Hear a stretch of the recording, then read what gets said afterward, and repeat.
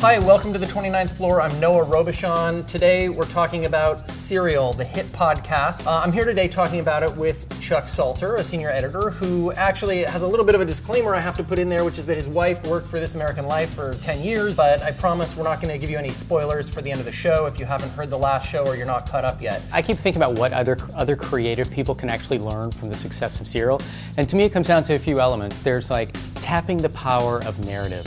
Just knowing you have a story with a beginning, middle, and an end, even if we don't exactly know what the end is yet, they are taking listeners on this journey.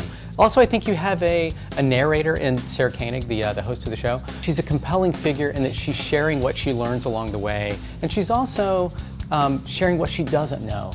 A lot of podcasters think of radio as the parallel, so they try to kind of adopt that sort of authoritative voice. Right. But what Sarah's doing is what This American Life has been doing really well for years, which is this very conversational and intimate, it's just you and me, right? We're just trying to figure out what happened in this case. Right, and that's part of why the other piece that makes it so successful is that we're in a process. She's really taking us through a very detailed process, which is surprising because mostly process, especially, police procedural, is a very good form on TV, but it can be very boring. I mean, there's a lot of long courtroom scenes in there. Yeah. Why does it work for Serial when in other things you'd be bored to tears? It is the sort of thing that the listeners latch onto, because reporting is really messy and it's really boring. And I think it really works that Sarah is owning up to that.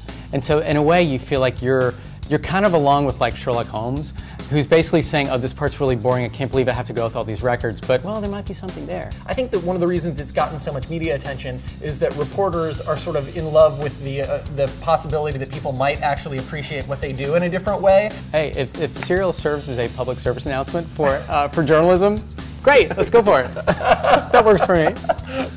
Okay. So we got the compelling narrator, and we have the process, the intricate process, sort of the procedural process that's working very well. What else has made it successful as a creative enterprise? It's true crime.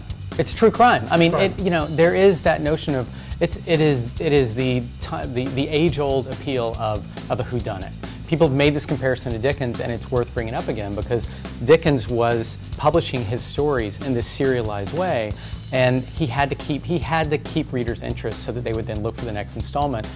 Serial, is doing the same thing, in this podcast format. Thanks for joining us today to talk about Serial. We want to know which episode got you hooked. Was it episode 3? That's my favorite. Which one actually worked for you? Send it to us at #29th Floor, number 1. I was saying 1, number 1. No, wait, number 3. It took me a couple times to get into it. Anyhow, send us your favorite episode, #29th Floor, and see you next week. Thanks.